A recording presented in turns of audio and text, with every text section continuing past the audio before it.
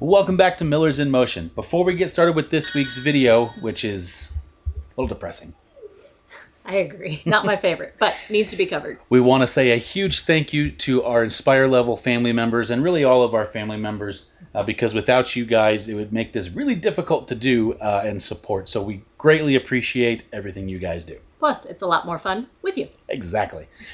All right, into the depressing stuff. It's cold outside. And there's two options when it gets cold outside if you have an RV. One, winterize it and put it away and go back into your house. Not an option for us. This is our house. So we have to do a bunch of different things to prepare for potentially sub-freezing temperatures. And I know, number one, right out of the gate, don't be in sub-freezing I was temperatures. going to say, there is a third option. Pack this puppy away and head out. And that is an option for a lot of people. Just chase that 70, 75 degrees, whatever floats your boat. For us, especially right now, we're in Texas. It's the holiday season, and this is where our families and we're originally from. So we want to be here Yep. until the holidays are over, and then we want to be where it's warmer. And we will do that for sure. We are. So let's get into it. Let's start right in the kitchen. All right, so first and foremost, there's a bunch of different systems on your RV that you really have to kind of understand. There's your propane or LP. There's tank heaters and water systems. And there's a bunch to go into. So we're going to start with our control panel right here. Now, we're in an Alliance Valor, so this is what our control panel looks like. Yours might look a little bit different, but we're going to start right up here where it says tank heaters. You got fresh, black, and gray. If you know you're going to be below freezing, flip those on. Now, I will tell you that you probably want to have a little bit of liquid down there before turning them on. It's not going to hurt anything, but it's one of those where it's still kind of a fiberglass shell. I would probably just put a little bit in there, so make sure your tanks are closed. Flip those on, and until you get above freezing again, leave them on. Now, it does use a heating element, so if you're not, like if you're boondocking or something, it's going to use quite a bit of energy to do that. As long as you're on a 50 amp pedestal or a 30 amp, if that's your case, no problem at all. But this will keep your tanks from freezing. All right, and again, on our way to the kitchen, we have this Govee sensor. As you may have seen in the other video we did, we'll link that below. We have several of these, and these help us keep an eye on temperature and humidity throughout the rig, both inside and in the underbelly, and actually outside as well. All right, and right around the corner into the kitchen, these are things that just kind of make more sense, and you may even do them in your home as well. We try to use the oven a little bit more frequently and the stovetop as well so that we're not outside cooking, and these generate a little bit of heat, which helps keep the rig warm in and of itself. And then the other thing is hiding in this corner. This is our dehumidifier, which again, we've probably told you about because we really appreciate the work it does. It has a HEPA filter and it's an air purifier as well. Easy to use, and we think it does a really great job, especially whenever this place starts getting a little bit humid whenever it's nice and cold out. So that's a good point to point out. Yeah, it is. Okay. As you run your furnace, you're going to create more humidity inside your RV. That's typically when you're going to see a lot of like condensation on the inside of your windows. And so that's what the dehumidifier for is. Also, if you're in a favorable weather position where there's no rain or anything in the forecast, you can also crack your max air vent fan, which is up there somewhere. It's actually, now you can't see it because of the pendant light, but that's another way just to create a little bit of airflow to get the humidity out. So your biggest enemy is humidity when it comes to running your furnace. One thing we didn't know that we wanted in an RV was an electric fireplace. Fireplace. I said electric, it gives ambiance. But we had this in our other rig as well, and we came to love it. This you can flip on, and it helps just take the chill out of the air if it's not really below freezing and you don't need to be heating other parts of your rig. Just kind of warm up your tootsies a little bit. This is, yeah, a really pretty space heater, I get it, but it does a really great job, and I think that we use it most days whenever it's cold out. We really appreciate it. So understanding the airflow through your entire rig is super important because if you're in a fifth wheel or a fifth wheel toy hauler like we are, your bedroom is slightly more elevated, which means you're going to be closer to the ceiling. Heat rises. So as you utilize things, at least in our experience, our bedroom seems to warm up first, and then wherever the low parts of the RV are, which for us is the rest of it, are a little bit cooler. So now we move into our furnace, and you can't see it, but right around door number 1, which isn't a door at all, by the coffee pot is our main RV's thermostat control. There's a bunch of different options, and we went into more detail in our podcast. So if you want to listen to us talk about all this, shoot on over there and check out RV Shenanigans podcast. But you have multiple options from this. So you have what's considered electric heat, assuming you have heat strips built into your ACs, which is an option in some scenarios, depending on your manufacturer. And then you're going to have the gas heat option. Now, if you don't have the electric, it's just going to say heat, so don't freak out. But the heat side of this is what controls your main furnace. Your furnace is going to be propane powered, typically. There's some motorhomes that are exceptions to this rule, but we're talking about trailers for the most part. And it's going to be your main heat source. So that's going to be what's ducted throughout your RV. Depending on how your RV was built, you're going to see floor vents, or like in Grand Designs and Alliances like us, you're going to see them kind of built into the side of cabinetry.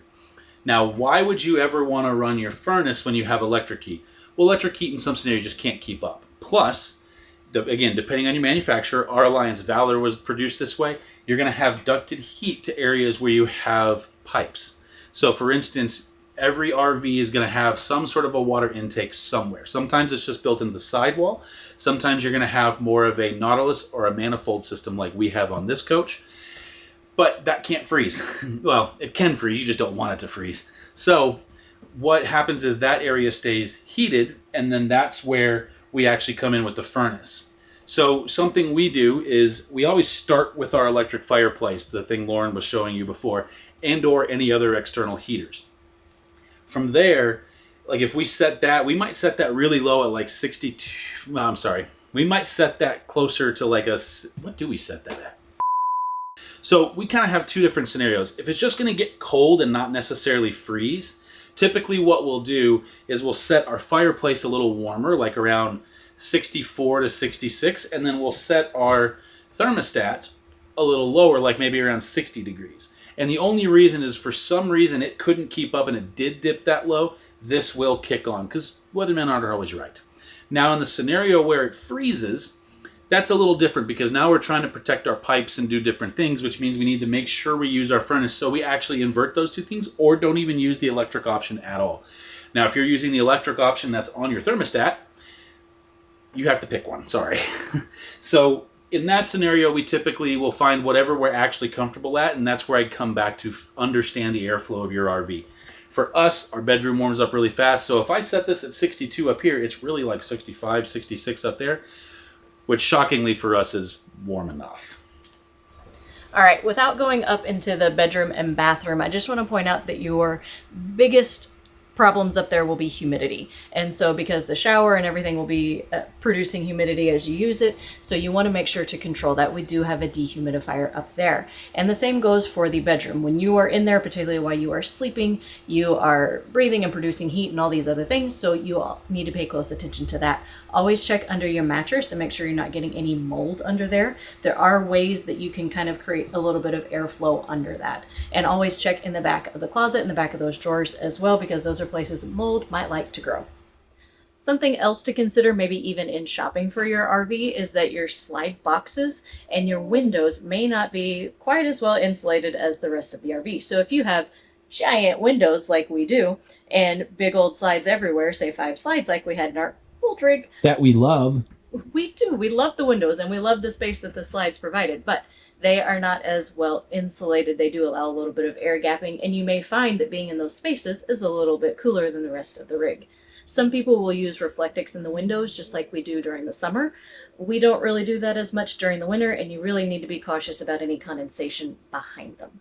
Something else to consider in the kitchen area, while we have a 12-volt fridge that does not have an ice maker, I know, sad day, but some people do have a fridge in a slide box and the freezer has an ice maker. That water line can freeze, so if you are expecting freezing temperatures, make sure to tend to that. Maybe that's shutting off the ice maker. You know, wise ideas. So just shutting off the ice maker in that scenario doesn't help you because the line still stays pressurized. Right. Most of the time, typically somewhere on your water line, you're going to have an on-off valve for that specifically. Again, we don't have one, so I can't speak to that. But if you do, just make sure you know where that is, turn it off, and then make sure that line actually empties and clears. That's how you're going to prevent something from breaking. And kind of like your slide boxes, the toy hauler space is not quite as well insulated. So you are going to find that this gets cooler a little bit quicker and drops lower at night as well. Some people will use like a space heater, and some of those can be very safe. They have alarms if they tip and they turn off and all kinds of things. So I'll leave that up to you. But know if you have somebody staying back here, it's probably going to be colder than it is up in your bedroom.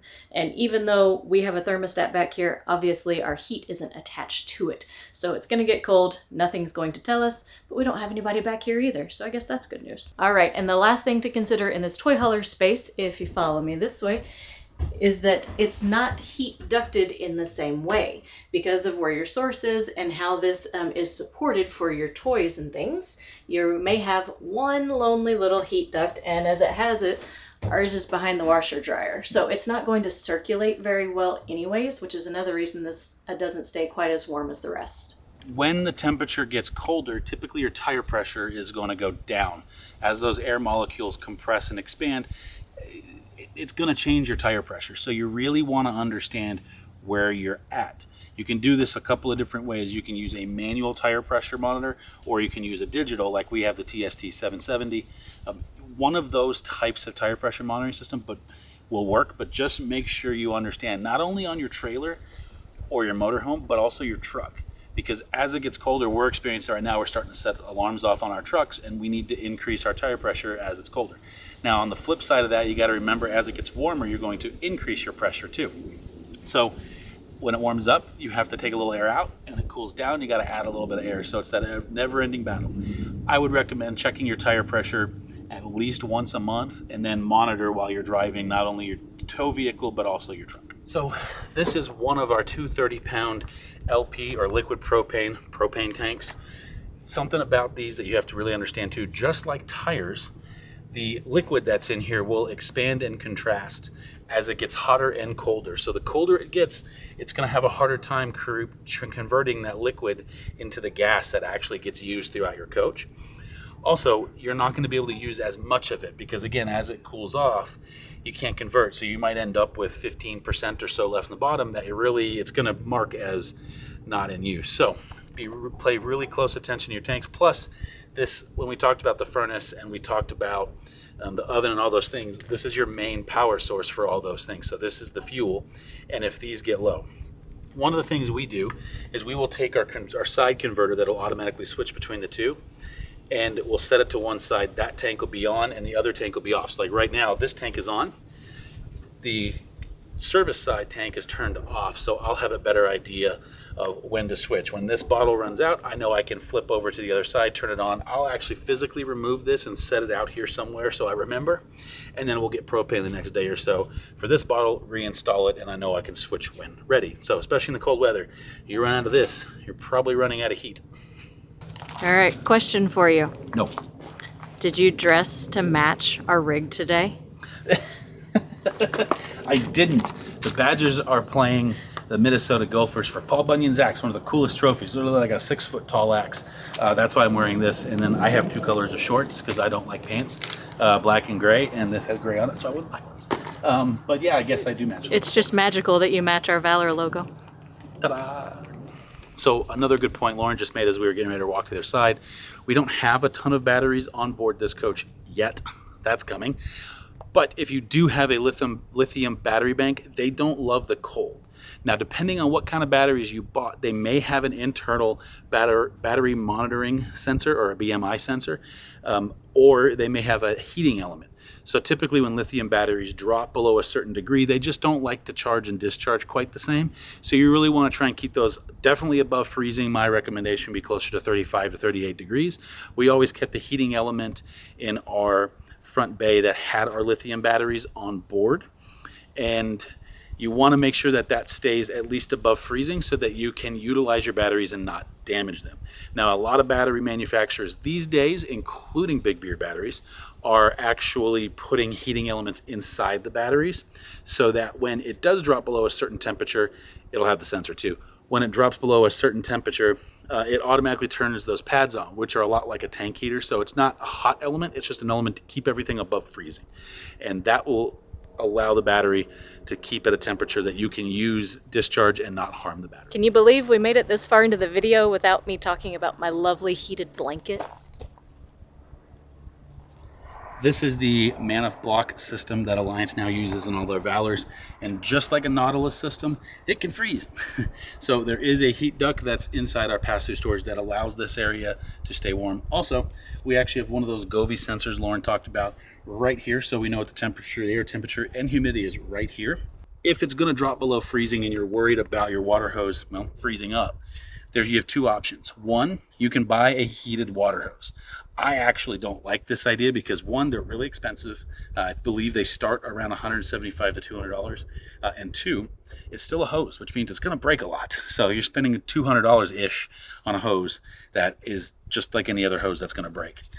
What we do is we actually fill our tank. So we'll fill our tank, turn that on. If it's going to be right around freezing for like an hour or two, we'll normally just leave this hooked up. I'll still drain all the water out of it. Anything below that, or if it's going to be extended period of time below freezing, we'll actually drain this and I'll put it away. So essentially move into boondocking mode and take this completely down. All right, I know what you're thinking. Why are we down here now? So a couple things, because just like your water line can freeze going in, anything coming out can also freeze, especially if you have a constant flow. So some people will leave gray tanks open. Please don't ever leave your black tank open, ever, ever, ever. It's gross.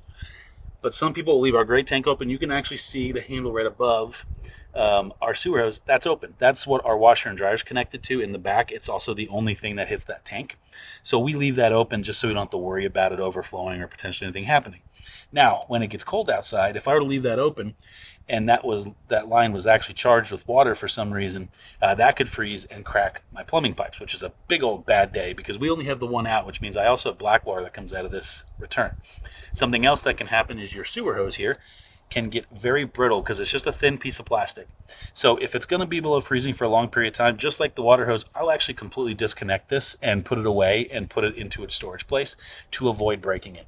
Now the plastic itself is not necessarily going to break, but it can potentially crack, or if you were to step on it or something, it's become very brittle, you will definitely break it. So just some tips. If it's going to get that cold, just disconnect everything, put it away.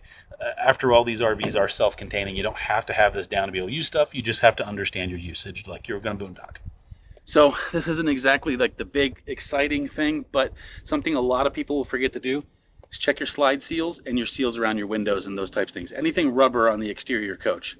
Something happens with UV or sunlight, and then also with cold. These are a rubber material that do get brittle. So you always want to be inspecting these because if they get brittle and break, that's a potential for some water to come into your coach, which is almost as bad as humidity because it's still water. So it's one of the things you don't want to do. So make sure that you're always checking these and then conditioning them every so often so that they stay pliable and rubbery feeling. If you ever start to feel them like discolor, or if you ever start to see them discolor, it's probably time to check them. Also, if you feel them and they're not very pliable, they're kind of stiff, it's definitely time to condition them. Don't just spray the stuff on there. Get it on a rag, wipe it in. So as you can tell, it's really not all that cold out this moment. We do have some almost freezing temperatures forecasted for the next few days. Boo.